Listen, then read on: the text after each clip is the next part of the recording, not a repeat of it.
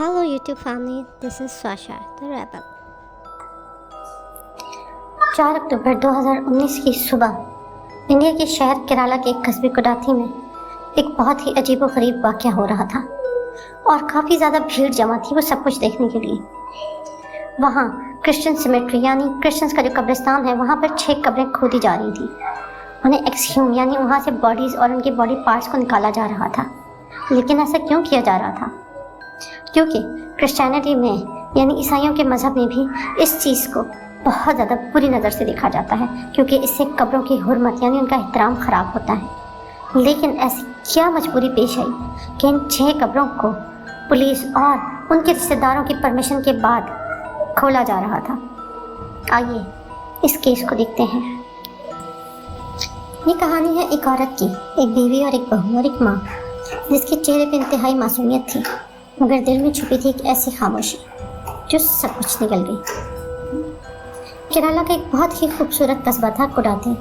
वहाँ पर एक बहुत ही खुशहाल और पढ़ा लिखा ख़ानदान आबाद था। ये एक क्रिश्चियन फैमिली थी, थॉमस फैमिली, जिसके सरबराह टॉम थॉमस थे जो कि एजुकेशन डिपार्टमेंट से मुंसलिक थे, और इनकी बीवी थी अनन्या थॉमस जो कि स्कूल टीचर्स थी।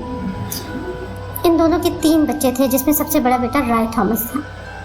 राय थॉमस को अपने मामू के घर एक लड़की पसंद आई, क्योंकि वो लड़की बहुत ही खुशगिफ्तार और तालीमी याफ्ता थी, इसलिए उसके घर वाले मान गए और इस तरह से 1997 यानी 1997 में उसकी शादी जोली जोसेफ से हो गई। ये दोनों काफ़ी खुश थे एक दूसरे के साथ। लेकिन यहाँ पर जो एक परेशान कुन बात थी वो ये थी कि राय थॉमस जो कि बेरोज़गार था और शादी के काफ़ी अरसे बाद भी उसके रोज़गार का कुछ अता पता ना चला, बल्कि वो अपने घर का खर्च अपने वालिद टॉम थॉमस से पैसे लेकर चलाता था।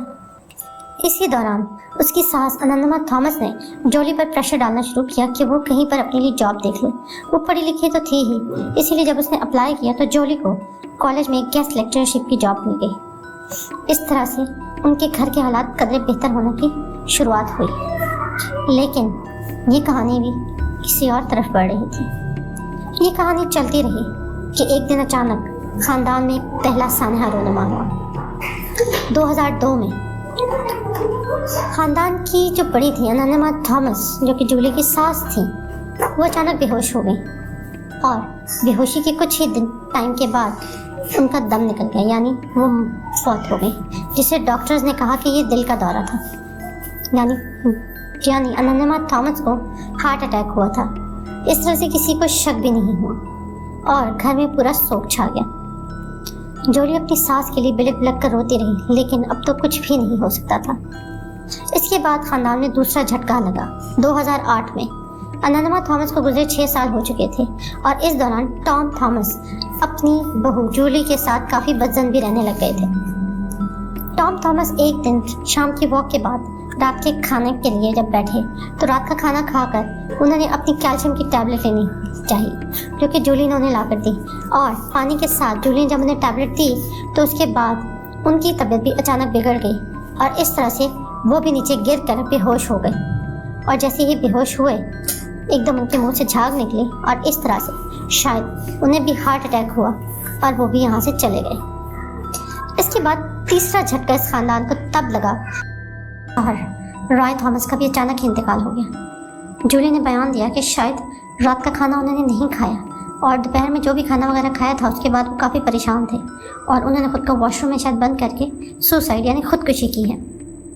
लेकिन उस वक़्त रॉय थॉमस के जो मामू थे मैथ्यू, जिनकी वजह से उनका रिश्ता भी था, वो काफ़ी शक कर रहे थे जूली पर। इसीलिए उन्होंने जूली पे काफ़ी ज़्यादा प्रेशर डाला कि रॉय थॉमस की ऑटोप्सी यानी उनका पोस्टमार्टम करवाया जाए ताकि पता चल सके। जूली जो कि पहले से ही काफ़ी परेशान थी और मैथ्यू अंकल की इस तरह की शकूक व शुबहात की वजह से वो मान गई और रॉय थॉमस की ऑटोप्सी यानी उसका पोस्टमार्टम करवाया गया। उसकी पोस्टमार्टम की रिपोर्ट में हैरत अंगेज तौर पर साइनाइड के ट्रेसेस पाए गए थे और इस तरह से उनके अंकल जो मैथ्यू थे उसके सामने जोली ने रो धो के बताया कि क्योंकि रॉय बहुत ज़्यादा परेशान थे अपने माली हालात की वजह से, इसीलिए उसने खुदकुशी की। और इस तरह से मैथ्यू अंकल जोली के आंसुओं को सच मानकर उसकी बात का यकीन कर गए। लेकिन ये भी अंकल मैथ्यू की शायद आखिरी गलती थी।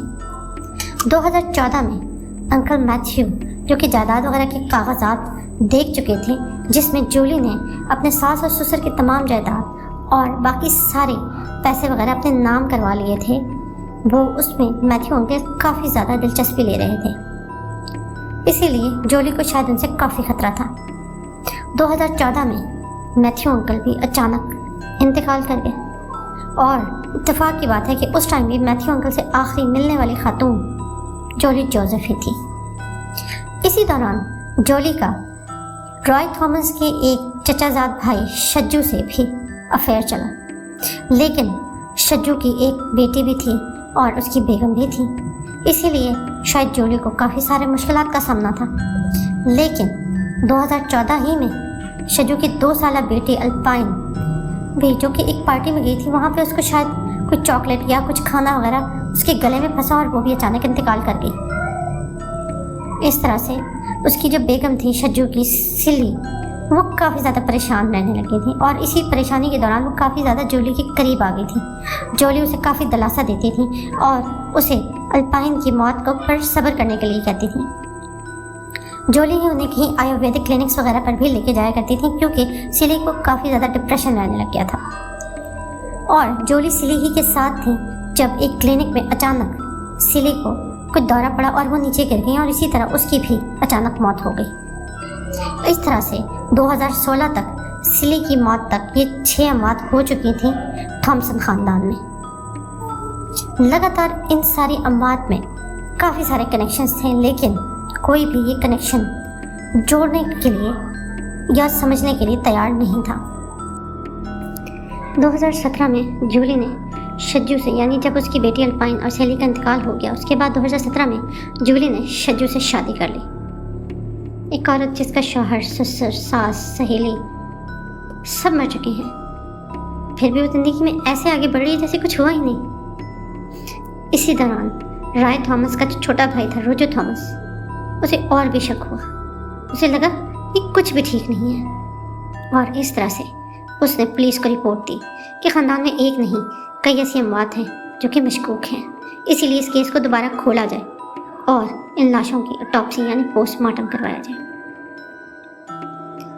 फिर क्या था, 2018 में रोजो थॉमस, जो कि रॉय थॉमस के भाई थे, उन्होंने एक एप्लीकेशन दी अपनी गवर्नमेंट को, जिसमें RTI यानी राइट टू इन्फॉर्मेशन की एक एप्लीकेशन थी एक गवर्नमेंट हॉस्पिटल में, जिसमें उन्होंने ये कहा कि उनके जो भाई रॉय थॉमस थे, उनकी जो ऑटोप्सी की रिपोर्ट थी वो उन्हें दी जाए।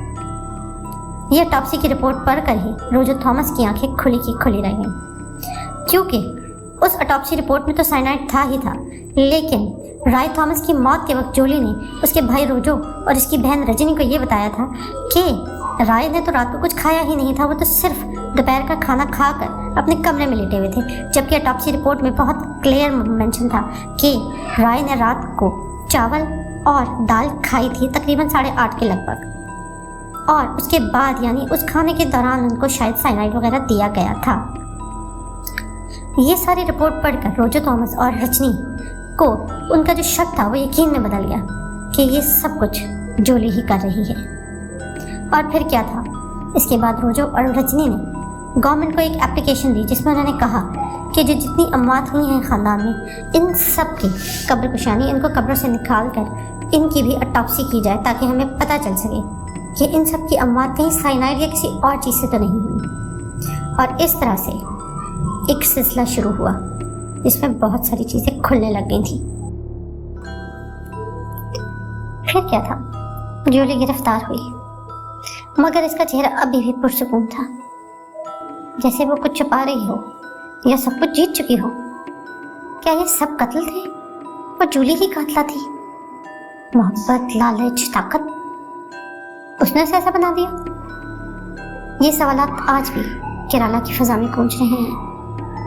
ये कहानी अभी ख़त्म नहीं हुई है, क्योंकि इसमें बहुत सारी सच्चाइयाँ अंदर छुपी हुई हैं, क्योंकि कभी कभार खामोश जहर सबसे ज़्यादा खतरनाक होता है।